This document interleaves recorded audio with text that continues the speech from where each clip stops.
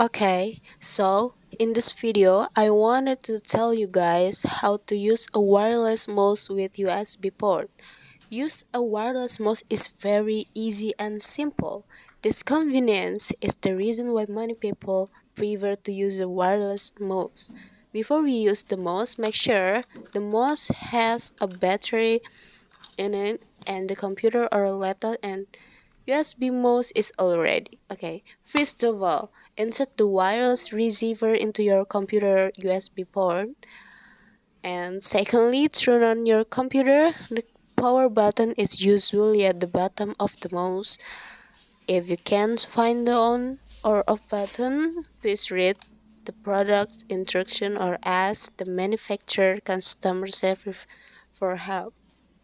After that, press your mouse connection button. It's put in different position on different brands. You can check your mouse button and top to find it. If you can't find the button, read the product instruction or ask the manufacturer's customer service for help. And then your mouse wireless are ready to use.